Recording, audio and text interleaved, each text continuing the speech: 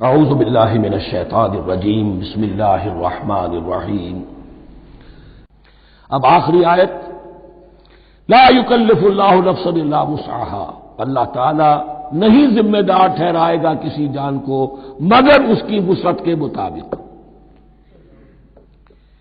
یہ بہت بڑے فضل و کرم والی آیت ہے۔ جیسے میں نے کہا تھا میگنا کارٹا جو ہے انسانی حقوق کا، کہ اجیب دعوت الداع اذا دعان، جہاں بھی مجھے کوئی پکارے، جب پکارے میں اس کی پکار سنتا ہوں، قبول کرتا ہوں۔ ہاں فَلْيُؤْمِنُوا بِي فَلْيَسْتَجِيبُوا لِي، انہیں بھی چاہیے کہ میرا کہنا مانے۔ دو طرفہ بات چلے گی، یک طرفہ نہیں۔ میری مانو، اپنی منواؤ۔ تم دعائیں کرو گے، ہم قبول کریں گے۔ تم ہماری بات نہیں مانتے، پھر تمہاری دعا تمہارے منہ پر دے ماری جائے گی۔ کرتے رہو قنوت نازلہ 40 دن کے 80 دن پڑھتے رہو، ڈھاکہ تو بیٹھ ہی جائے گا، بیٹھ گئے۔ یہودیوں سے شکست تو ہو ہی جائے گی، ہو گئی۔ کرتے رہو، حرمین میں پڑھتے رہو قنوت نازلہ، مکے میں پڑھو، مدینے میں پڑھو، پوری دنیا میں پڑھو۔ اللہ کو پیٹھ دکھائی ہوئی ہے، اس کے دین کو پاؤں تلے روندا ہوا ہے، اللہ کے باغیوں سے دوستی ہے۔ کسی نے قبلہ ماسکو کو بنایا تھا اور کسی نے واشنگٹن کو بنایا تھا۔ تمہاری دعائیں کیسے قبول ہوں؟ لیکن یہ جو آیت ہے یہ اس اعتبار سے بہت بڑی رحمت کی آیت ہے کہ اللہ تعالیٰ کے ہاں وہ اندھے کی لاٹھی والا معاملہ نہیں ہے کہ تمام انسانوں سے محاسبہ ایک ہی سطح پر ہو۔ اللہ جانتا ہے کس کی کتنی وسعت ہے، اور وسعت کن چیزوں سے بنتی ہے۔ آپ کو کوئی اور جین ملے ہیں، مجھے کوئی اور جین ملے ہیں، انہیں کوئی اور جین ملے ہیں۔ جینز، ان جینز کی اپنی اپنی خصوصیات ہیں، خصائص ہیں، پراپرٹیز ہیں، لیمیٹیشنز ہیں۔ آپ کو کوئی اور ماحول ملا، اسے کوئی اور ماحول ملا، اسے کوئی اور ماحول ملا۔ تو hereditary factors multiplied by environmental factors, ان دونوں سے ایک شخصیت کا ہیولہ بنتا ہے انسان کا، جس کو پیٹرن کہتے ہیں ہمارے مستری لوگ۔ جب لوہے کا کوئی شے جو ہے ڈھالنی ہے تو اس کے لیے پہلے مٹی کا یا لکڑی کا ایک پیٹرن بناتے ہیں، انگریزی میں پیٹرن ہے، وہ پیٹرن کہتے ہیں ہمارے مصری لوگ۔ اب آپ لوہا جو ہے اس کو جب اسے کر لیں گے، مائع بنا لیں گے، گلا لیں گے، پھر اس میں ڈالیں گے، وہی شکل ہو جائے گی۔ یہ شاکلہ ہے ہر انسان کا جو بن جاتا ہے۔ قُلْ كُلٌّ يَعْمَلُ عَلَىٰ شَاكِلَتِهِ فَرَبُّكُمْ أَعْلَمُ بِمَنْ هُوَ أَهْدَىٰ سَبِيلًا۔ اس شاکلہ کے اندر آپ کو محنت کرنی ہے۔ اللہ جانتا ہے کس کا شاکلہ وسیع تھا، کس کا شاکلہ تنگ تھا، کس کے جینز اعلیٰ تھے، کس کے جینز ادنا تھے، کس کے ہاں ذہانت زیادہ تھی، کس کے ہاں جسمانی قوت زیادہ تھی۔ جو بھی کچھ اس نے دیا ہے، جس کو وہاں ہم نے رکھا، اس کو وہاں رکھا، اس نے وہاں تعلیم پائی، اس نے یہاں تعلیم پائی۔ جو بھی انوائرمنٹل فیکٹرز آئے ہیں، جو بھی جینیٹک فیکٹرز آئے ہیں، سب اللہ کے علم میں ہے۔ ان سب کو ملحوظ رکھ کے اللہ حساب دے گا۔ جو شاکلہ ہم نے تمہیں دیا تھا اس میں تم نے کیا کیا؟ ایک شخص کے اندر فرض کیجئے استعداد ہی ہے 20 درجے کی استعداد ہے، اس نے فرض کیجئے 18 درجے کام کر دیا، کامیاب ہو گیا۔ کسی میں استعداد 100 درجے کی تھی، اس نے 50 درجے کیا، ناکام ہو گیا۔ حالانکہ کمیت کے اعتبار سے 50 درجے زیادہ ہے 18 درجے سے، لیکن یہ 18 درجے کا کام وہ کر رہا ہے جس کے اندر استطاعت تھی ہی 20 کی، یا 18 ہی کی تھی، اس نے پوری کر دی۔ اور 50 درجے والا وہ جس کو اللہ نے دے رکھی تھی 1000 کی استطاعت، اس کا وہ 50 بیکار ہو گیا۔ تو اللہ تعالیٰ کا محاسبہ جو ہے انڈیویجول ہے، اس لیے فرمایا گیا کلہم آتی ہے یوم القیامت فردا، ان میں سب لوگ اس دن قیامت کے دن سب آئیں گے اکیلے اکیلے، تنہا تنہا۔ ہر ایک کا حساب ہوگا وہاں، اور ہر ایک کا حساب ہوگا لا یکلف اللہ نفسا الا وسعها۔ اللہ ذمہ دار نہیں ٹھہرائے گا کسی بھی جان کو مگر اس کی وسعت کے مطابق۔ البتہ اس کا اب ایک ریورس ہے۔ ہوتا کیا ہے، ہم سمجھتے ہیں دنیا میں تو بھاگ دوڑ کر رہے ہیں، اور دین اجی ہمارے اندر تو استطاعت دین کے کام کی صلاحیت ہی نہیں ہے۔ دنیا میں دیکھیں بڑے کامیاب تیزی کے ساتھ دوڑ رہے ہیں، کامیاب پر کامیاب، دین ہمارے اندر تو استطاعت نہیں ہے، استعداد ہی نہیں ہے، کیا کریں؟ یہ دھوکہ ہے، سیلف ڈسپشن ہے۔ استعداد اور استطاعت کے بغیر اور صلاحیت اور ذہانت کے بغیر دنیا میں بھی آپ کما نہیں سکتے، محنت نہیں کر سکتے، کوئی نتائج حاصل نہیں کر سکتے۔ یہ دھوکہ اپنے آپ کو نہ دیجیے۔ یہ ہے جو کچھ کر سکتے ہو کیجیے، کھودیے اپنی شخصیت کو، کھود کھود کر جو نکال سکتے ہو نکال دیجیے۔ ہاں آپ نکال سکیں گے اتنا ہی جتنا آپ کے اندر ودیت ہے، زیادہ کہاں سے لے آئیں گے؟ اور اللہ نے کس میں کیا ودیت کیا ہے وہ جانتا ہے، اس کا حساب لینا جو ہے محاسبہ وہ اس پر ہے کہ جو اس نے تمہیں دیا ہے۔ لا، اور یہ مضمون قرآن مجید میں 5 مرتبہ آیا ہے بہت اہمیت کے ساتھ۔ لا یکلف اللہ نفسا الا وسعها لها ما کسبت وعلیہا ما اکتسبت۔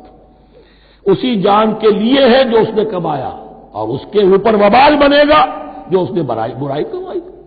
لیکن لام اور اعلی، لہا ما کسبت، جو بھی اس نے نیکی کمائی اس کے حق میں ہے، اس کے لیے ہے، اس کا اجر ملے گا، ثواب ملے گا، اور جو بدی کمائی وہ اس پر وبال بنے گا، اسی کے لیے اس کو سزا ملے گی، اسی کے حوالے سے۔ اب وہ آخری دعا آ گئی، جامع ترین اور عظیم ترین دعا ہے قرآن مجید کی۔ ربنا لا تؤاخذنا ان نسینا او اخطانا۔ اہل ایمان کے راستے پر، عمل صالح کے راستے پر مقدور بھر، امکان بھر اپنی شخصیت کے کونوں کھدروں میں سے بھی نکال کر، اپنی ریزیڈول انرجیز کو بھی نکال کر اللہ کی راہ میں لگا دیں، لیکن اس کے بعد بھی کوئی غرہ نہ ہو، کوئی غرور نہ ہو، کوئی اپنی محنت پر، اپنی نیکی پر، اپنی کمائی پر، اپنے کارناموں پر کہیں انسان دھوکہ نہ کھا جائے۔ کیفیت کیا رہنی چاہیے؟ وہ یہ ہے تواضع، عجز، انکساری۔ ربنا لا تؤاخذنا ان نسینا او اخطانا۔ اے رب ہم سے مواخذہ نہ کیجو اگر ہم بھول جائیں یا ہم سے خطا ہو جائے۔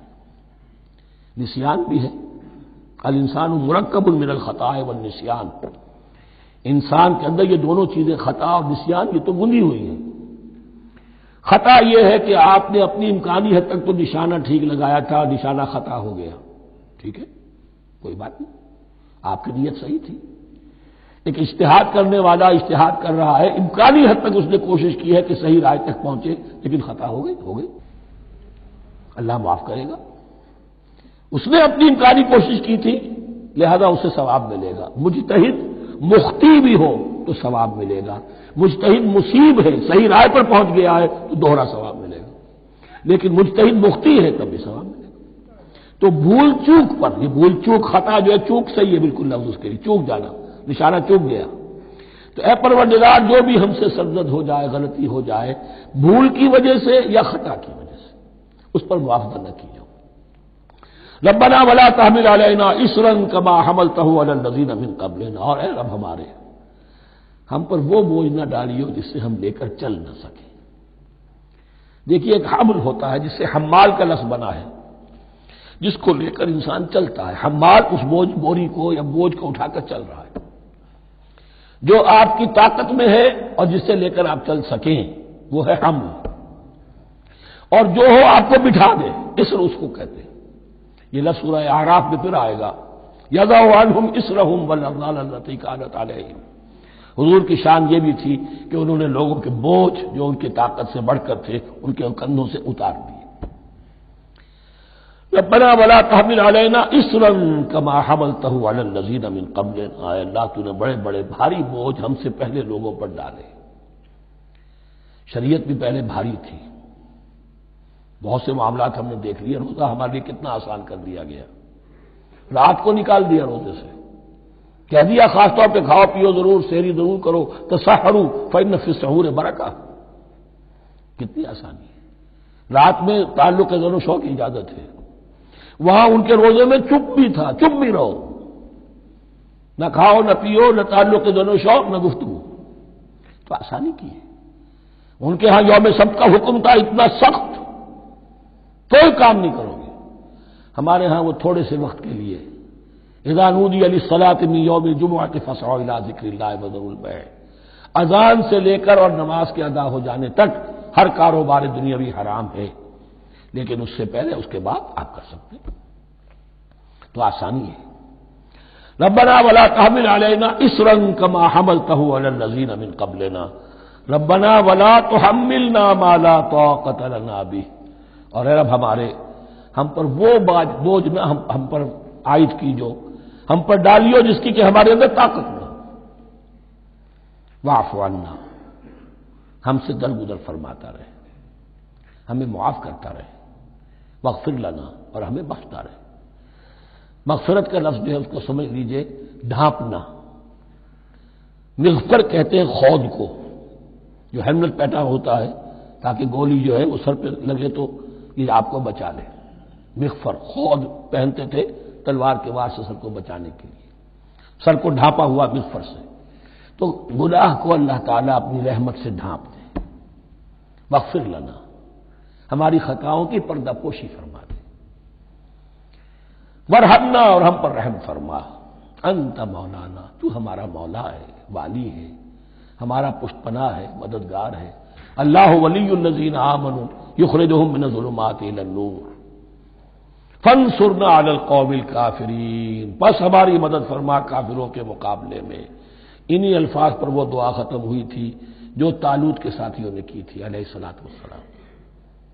اصل میں یہ دعا اب تلقین کی جا رہی ہے، مرحلہ سخت آ رہا ہے، مرحلہ سخت ہے اور جان عزیز، تاب لاتے ہی بنے گی غالب، اب وہ مرحلہ آ رہا ہے، اس کے لیے تیار ہو جاؤ۔